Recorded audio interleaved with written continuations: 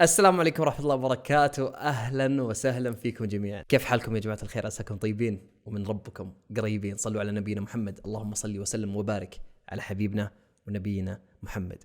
طيب أبو دخيل، في أسئلة مرة كثيرة. وش الستايل الجديد هذا؟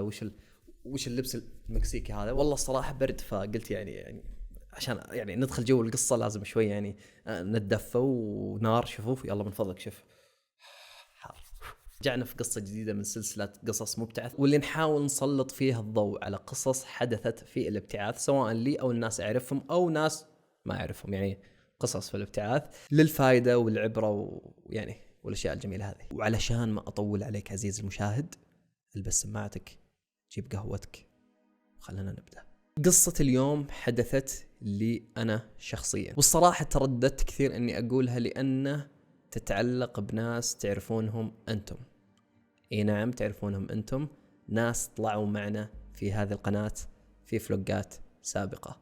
والصراحة ترددت اني اقول هذه القصة كثير، ولكن بعد ما سألت الناس اللي حولي واخوياي اللي دائما يدخلوني بحيط وبعد تفكير عميق اثرت اني اقول القصة مع تغيير اسماء الشخصيات، يعني انه على اساس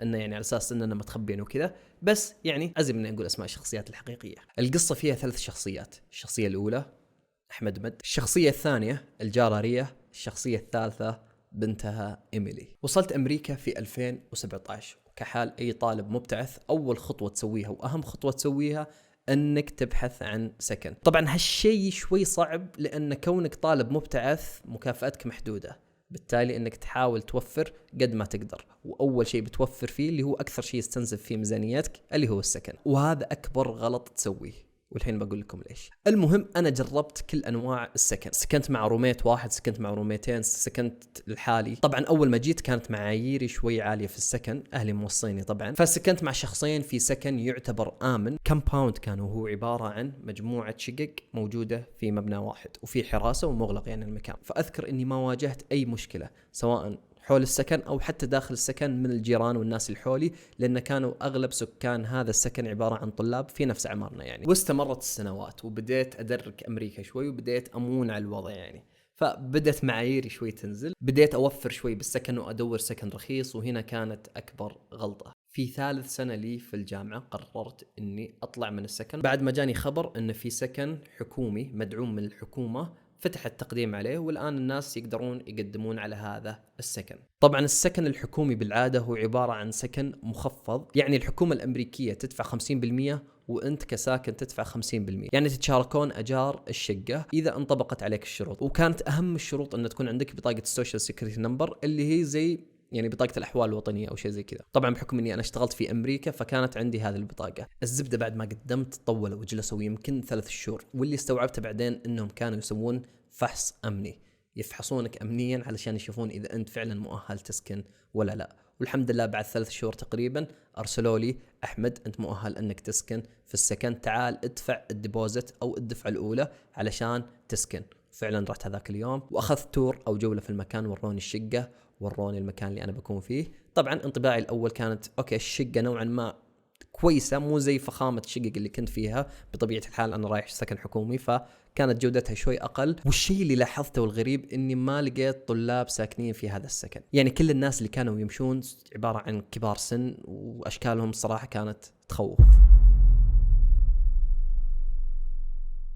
أول ما سكنت بديت أكتشف السكن وبديت أكتشف البيئة اللي حولي، أحاول أتعرف على جيراني. طبعا قدامنا على طول كان في عائلة أمريكية من البشرة السوداء، والصراحة كانت مشاكلهم مرة كثيرة، كل يوم كانت تجيهم الشرطة وقروشة، فما كنا نحاول أننا نحتك أو أننا نختلط فيهم. جيراننا على اليسار كانوا برضو عائلة أمريكية، اللي هم الأم ريا والبنت إيميلي. أبوهم ما كان ساكن معهم بالبيت لأنه كان منفصل عن أمهم، طبعا أبوهم كان عسكري يخدم مع القوات الأمريكية، والبنت كانت تدرس طب في نفس جامعتي. بعد فترة بسيطة جاني روميت أو زميل سكن، وبدت نوعا ما علاقتنا تزيد مع هذه العائلة. صرنا نعطيهم نقص من أكلنا لا طبخنا، وهم يعطونا بعد من أكلهم. علمناهم على ثقافتنا، علمونا على ثقافتهم، نزورهم في بيتهم، يزورونا في بيتنا، يعني علاقتنا نوعا ما زادت بجيراننا. طبعا العائلة كانت من الديانة المسيحية، وما كانوا مسيحيين عاديين، كانوا متشددين جدا. الأم وبنتها كانوا يروحون كل يوم أحد للكنيسة،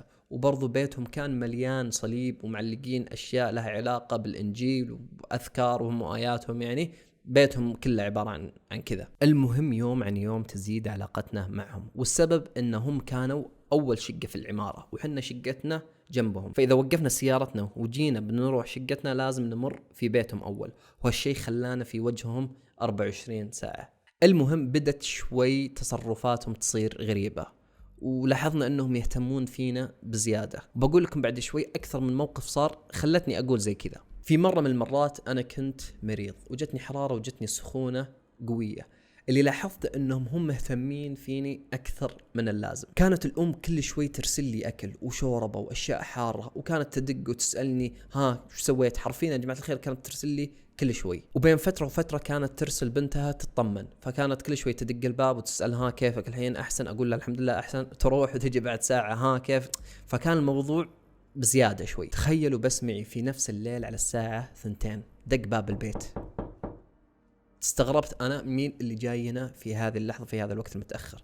فتحت الباب ما لقيت أي أحد، نظرت لقيت في كيس محطوط، شلته دخلت الغرفة. الزبدة أني لقيت أنهم حاطين لنا أدوية وكاتبين عبارة اللي أنك ما تشوف شر وتحسن قريب وزي كذا. الزبدة أني نظرت الأدوية اللي يعني ما راح أخذها، يعني أوكي فيني كحة وحرارة بس التشخيص هذا اللي بلوتوث شخصتوني. شوي جتني رسالة على جوالي من الأم تقول فيها أن سمعناك تكح ومدروش، فرحنا الصيدلية شرينا أدوية وحطيناها عند باب بيتك.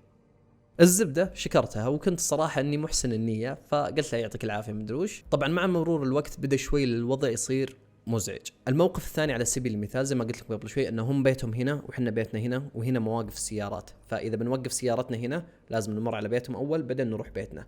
فكان حرفيا الوضع مزعج يوميا لما نجي نوقف سيارتنا ونشوفهم من الدريشة قاعدين يناظرون أو قاعدين ما أدري يتجسسون علينا أو ما أدري إيش كانوا يحاولون يسوون بالضبط. صرنا إذا رجعنا بالليل متأخر تطلع الأم تهاوشنا تقول ليش راجع متأخر وارجعوا بدري وترى المكان مو بآمن وترى بأدق على أمكم.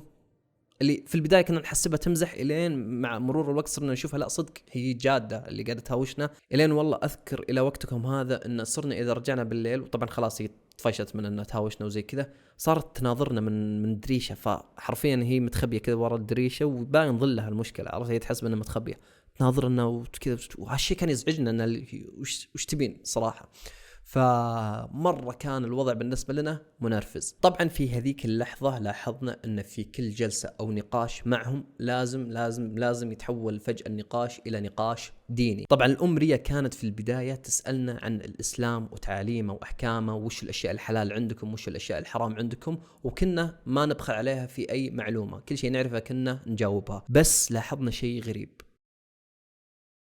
في كل مرة كنا نشرح لهم شيء عن الإسلام أو شيء عن تعاليمه كانوا يقولون لنا إن نفس اللي عندنا في المسيحية بالضبط، نفس الأشياء اللي عندنا، نفس الأحكام اللي عندنا، الدينين نفس بعض. فكانوا كل مرة يحاولون يقللون المسافة بين الدينين، أنهم تراهم متشابهين وتراهم نفس بعض. جت فترة بعدها قررت أنها تتعلم الأذان وتتعلم الصلاة، لدرجة أنها بدأت تحفظ الأذان وبدأت تحفظ أغاني عربية، وكانت ترسل لي أبغى ترجمة هذه الكلمة وش تعني وما أدري إيش. فكانت تحاول تتقرب لنا وتحاول تحفظ الأشياء اللي حنا نحفظها وتعرف الأشياء اللي حنا نعرفها. بعد مرور الوقت صدمتني وقالت أحمد وش رايكم نصلي سوا؟ نصلي سوا؟ كيف يعني نصلي سوا؟ قالت أنتم صلوا وعلمونا كيف صلاتكم وحنا بنصلي معكم. وبعدها على طول قالت وتعالوا معنا الكنيسة، حنا نبغى نصلي صلاتنا وبنعلمكم على صلاتنا وأنتم صلوا معنا.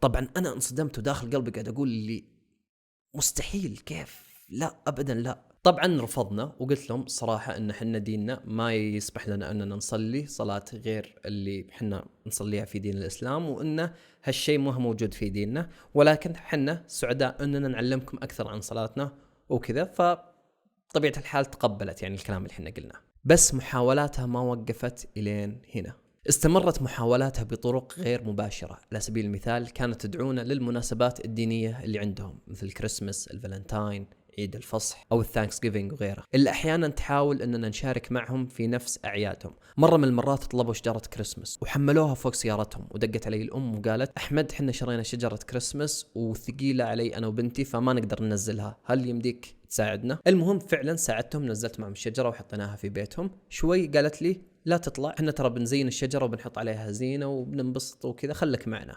عرفت ان هذه احد طقوس الاحتفال عندهم، فبطبيعه الحال صرفتهم وقلت لهم يعني معليش انا مشغول لازم يعني اروح، وطلعت. بعدها بفترة رجعت إجازة للسعودية، وأذكر أنها انشبت لي تبي تكلم أمي، إلين مرة من المرات دقت علي فيس تايم وجلست تسولف معي وقالت عطني بكلم أمك، وعطيتها تكلم أمي. طبعا أنا كنت أترجم لأمي وأمي كانت تسلك لها. شوية جماعة الخير تخيلوا البجاحة، بدأت تلمح لأمي وبدأت تقول لها أن ترى أحمد قريب من عندنا، وترى ثقافتنا متشابهة، واكتشفنا أشياء متشابهة بديننا، وأن ترى عاداتنا نفس بعض، وكلام كذا مرة غريب. طبعا أنا في هذه اللحظة ما كنت أترجم لأمي الكلام اللي كانت تقوله جارتنا، يعني من باب أن أمي ما تفكر أو أنها تخاف أو كذا. يعني الزبدة رجعت بعدها لأمريكا، وبعد عدة أسابيع أرسلت لي الأم دعوة وقالت محضرين مناسبة عشاء وعازمين، بس قالت شيء جدا غريب، قالت نبغاك تلبس لبس رسمي لأن العزيمة بمناسبة الثانكس جيفينج. طبعا الثانكس جيفينج يا أخوان هو عبارة عن مناسبة سنوية يسوونها، يجتمعون فيها أفراد العائلة على وجبة عشاء. بالعادة تكون وجبة العشاء هذه عبارة عن تركي وأكل، يعني يحضرونك الأفراد العائلة. طبعا قالت لي لأننا نعتبرك فرد من أفراد عائلتنا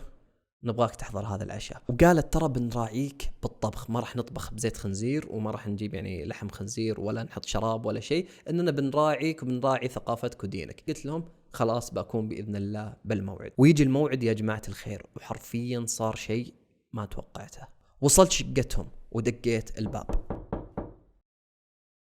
فتحت الباب الأم وكانت لابسة فستان وكانت كاشخة مرة. سلمت عليها وجلستني على طاولة العشاء مباشرة. شوي جت البنت إيميلي وكانت برضو كاشخة، يعني كاشخين كاشخة زواجات، عرفتوا اللي ما قد شفتهم في السنوات اللي راحت، نفس هذا اللبس ونفس هذه الكشخة. طبعا تعشينا وكان العشاء لذيذ، وخلصنا العشاء بعد ساعة تقريبا. نظرت الوقت وحسيت شوي أننا طولنا، فقلت شكرا على حسن الضيافة وشكرا على العشاء اللذيذ، أنا أستأذن. فجأة قامت الأم من الطاولة وقالت وين رايح؟ لسه الليلة في بدايتها كيف؟ قلت لها الصراحة أنا أعتذر، ودي صراحة أني أجلس، بس أنا عندي موعد الصبح ولازم أنام بدري عشان أصحى للموعد. الأم كانت جدا رافضة أني أطلع، وقالت اجلس، باقي حلا وباقي شاهي ونبغاك في موضوع وش موضوعه؟ قالت ما عليك ما راح نطول، اجلس. رحت جلست على الكنبة وأنا أفكر في داخلي وش ذا الموضوع اللي يبغوني فيه، لأن الوضع كان شوي غريب. شوي جت الأم وجلست قدامي، وجات البنت ومعها الحلا وحطت على الطاولة وجلست جنب أمها. البنت وأمها صاروا قدامي وأنا جالس، وصارت لحظة سكوت غريبة اللي مو قاعدين يتكلمون. طبعا أنا قلت لهم وش فيه يا جماعة الخير، وش الموضوع اللي أنتم تبغونه؟ الأم والبنت صاروا يناظرون بعيون بعض. شوي الأم بدأت تتكلم وقالت أحمد حنا الحين نعرف بعض أكثر من 2 تقريبا، وما شفنا منك إلا كل خير، وأنت كنت جار كويس وما قد شفنا منك مشاكل. بعدها صراحة قالت أحمد حنا نتشابه معكم بأشياء مرة كثيرة، نتشابه بالثقافة وبالعادات وبالدين، ولأنك يا أحمد أنت شخص كويس حنا فكرنا كثير. سكتت شوي بعدين ناظرتني وقالت أحمد ليش ما تتزوج بنتي؟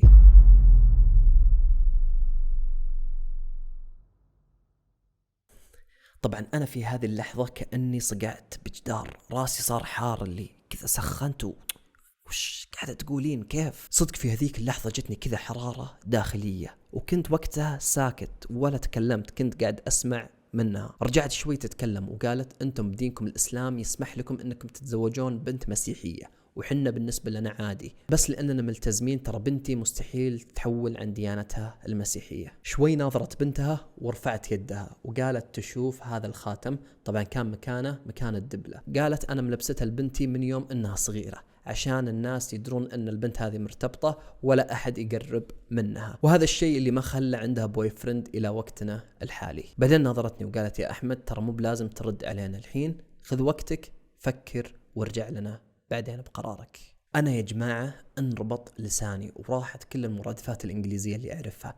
كنت حرفيا في هذيك اللحظة بس أبغى أطلع من المكان اللي أنا فيه لأني جتني ضيقة حرفيا. طبعا وقفت وقتها وقلت لها مرة ثانية شكرا جزيلا على العزيمة، بس أنا الآن لازم أمشي. وتوجهت على طول باب الشقة، فتحت الباب وطلعت من الشقة. حسيت أني منكتم، توني أتنفس. ركبت سيارتي وقلت خليني بقى أغير جو وآخذ لفة. وأنا أسوق قعدت أهوجس كيف وش اللي صار حرفيا، وكنت أقول أنا كيف ما فهمت كل التلميحات اللي كانوا يلمحونها من أول. بديت أربط الأحداث ببعضها وفهمت أشياء ودلالات مرة كثيرة ما كنت مستوعبها. طبعا رجعت ونمت في هذيك الليلة، وصحيت وأنا أهوجس وأفكر بالموضوع، وقلت خلاص الليلة لازم أروح لهم وأصارحهم بالموضوع. بعدين ترددت شوي وقلت خلى شوي يمر الوقت وتمر الأيام، يمكن يبرد الموضوع كذا من نفسه. في هذيك الأيام أذكر أني كنت أحاول أتجنبهم، يعني كنت أحاول أني ما أقابلهم، لدرجة أني كنت أوقف سيارتي شوي بعيد وأجي من المدخل الثاني اللي من ورا عشان ما أمر من عندهم أو تطيح عيني بينهم. وبعد فترة بسيطة جت إجازة صغيرة والعيال كانوا بيسافرون، قلت تدرون معكم لعل شوي يعني أبعد عنهم أسبوع 10 أيام يبرد الموضوع أكثر وأكثر. طبعا جاء وقت السفرة وسافرنا أنا والعيال، وكانت السفرة يعني جديدة نوعا ما، كانت كروز وبحر وزي كذا، فنوعا ما انفصلت عن العالم اللي أنا كنت فيه. إلين جتني رسالة من الأم، كان مكتوب في الرسالة استمتع بسفرتك وجنبها وجه مبتسم. طبعا أنا تضايقت وقتها وقلت والليل هذول يعني اللي ما نسوا حتى الرسالة مبطنة اللي استمتع بسفرتك ترى احنا نستنى ردك. قلت خلاص الحل الوحيد المصارحة، وأول شيء بسويه بعد ما أرجع من السفر إني أروح وأقول لهم وأصارحهم. خلصت سفرتنا ورجعنا لمدينتنا، فعلا أول شيء سويته إني أرسلت للأم. طبعا أرسلت الأم رسالة إني أنا أبغى أقابلك الليل الساعة 7 رجاء بنتك لا تكون معك. أرسلت لي أبد تعال الوقت مناسب، وأصلا أنا بنتي بتكون برا مع صديقاتها، وتجي الساعة 7 وأطلع من شقتي وأروح لشقتهم وأدق الباب. فتحت لي الأم الباب ورحبت فيني وجلستني وسوت شاهي وجلست وقالت لي أسلم. طبعا بدون مقدمات طويلة دخلت في الموضوع على طول وقلت لها اسمعي يا بنت الحلال، أنتم ناس والنعم فيكم، بس أنا إنسان ما أفكر بالزواج حاليا لأني لسه طالب وباقي ما توظفت وعندي أشغال كثيرة، والصراحة شايل فكرة الزواج عن بالي حاليا. تغيرت شوي ملامح الأم، والصراحة كذا شوي تحس أنها نشفت وجهها معي. طبعا قالت الأم لا عادي، وبعدها قالت شيء غريب شوي، قالت حنا موجودين دايم، واللي تقصد أنه متى ما غيرت رأيك تعال لنا. الزبدة أني سلكت لها وقفلت الموضوع، ما طولت عندها كثير، وقلت لها يلا أنا أستأذن وطلعت. طبعا لما طلعت من عندها تنفست شوي وحسيت براحة، وحسيت أنه خلاص إن شاء الله كذا القصة والمعاناة خلصت. بس للأسف ما انتهت القصة لين هنا. بعدها يا جماعة الخير بدت سلسلة غريبة وجديدة من المضايقات. يا جماعة الخير صارت ترسل لي صور ومقاطع لبنتها، حرفيا الوضع صار غريب. كنت أقول سلامات كيف؟ هل هي وسيلة إقناع أو إيش بالضبط؟ بعدها جت الصدمة الكبيرة. بدت الأم ترسل لي عبارات وآيات من الإنجيل، كانت ترسل لي أشياء غريبة ما أعرف معناها. إلين والله العظيم يا جماعة الخير صارت ترسل لي وترسل روميتي هدايا تدعو للمسيحية. إي نعم المسيحية. كانت ترسل لنا مج مكتوب فيه آيات من الإنجيل، وكانت ترسل لنا بطاقات كذا فيها أذكار ودعوات ومدري إيش مأخوذة من الإنجيل. أنا في هذه اللحظة عرفت خطة الأم، كانت تحاول قد ما تقدر أنها تخلينا نغير ديانتنا إلى الديانة المسيحية، وتلطف لنا هذا الشيء وتسهل لنا، وبعدين تسهل لها المهمة الثانية. في هذيك اللحظة حنا كنا نبيهين جدا، ومن الأول حنا عارفين الصراحة الوضع اللي حنا فيه. في البداية لمحتي المسيحية، بعدها تبغين تزوجين بنتك، والآن فعلا تبغين نغير ديانتنا. في هذه اللحظة يا جماعة الخير حنا قررنا أننا ننهي علاقتنا تماما معها، لأن الغريب في هذيك الفترة كانوا يجونا ناس غريبين لبيتنا، يدقون الباب نفتح يطلعون ناس يدعون للمسيحية ومعهم كتب بوك اوف مورمون ومدري ايش، كانوا يحاولون قد ما يقدرون انهم يدعون للمسيحيه. واللي اكتشفنا لاحقا ان الام كانت ترسلهم لنا عشان يقنعونا، احنا بطبيعه الحال كنا نزبد لهم ونطردهم من بيتنا. طبعا هذا الوضع بالنسبه لنا خط احمر. رحت لها وقلت لها رجاء لا عاد تفتحين هذا الموضوع نهائيا معنا، ولا ترسلون لنا اي شيء بعد، بمعنى انه خلاص انه العلاقه. في هذيك اللحظه انا اصلا كنت على وجه تخرج، وخلاص اللي بتخرج بعد شهر، فعديت هذيك الفتره فتخرجت الحمد لله وخلاص ما قبلته. طبعا اللي خلاني اقول هذه القصه يا جماعه ان في كثير مبتعثين وفي كثير ناس يطيحون في مصيدة هذول الناس اللي يدعون المسيحية، والصراحة ممولين من جهات مرة كثير، اللي أصلا تلقى عندهم دعم مو معقول، ويحاولون قد ما يقدرون أن يحولونك عن دينك أو أنهم يغيرون دينك. مو بس حنا، أنا أعرف مبتعثين كثير واجهوا قصص نفس اللي حنا واجهناها. هذا الشيء اللي دفعني الصدق إني أقول هذه القصة، واللي الحمد لله انتهت يعني بخير الحمد لله، يعني الحمد لله مسلم. وشكرا يا جماعة الخير على مشاهدتكم ودعمكم. دامك وصلت لين هنا ما نخسران شيء، اضغط على اللايك يعني، واكتب لنا تعليق كذا حلو. واذا انت عندك قصة تبغى نذكرها في حلقات جاية، هذا الانستغرام حقي، اكتب لي القصة حقتك، والقصة اللي تستحق انها تذكر راح نذكرها ان شاء الله في الحلقات الجاية. الى هنا اترك في حفظ الله ورعايته. السلام عليكم ورحمة الله وبركاته.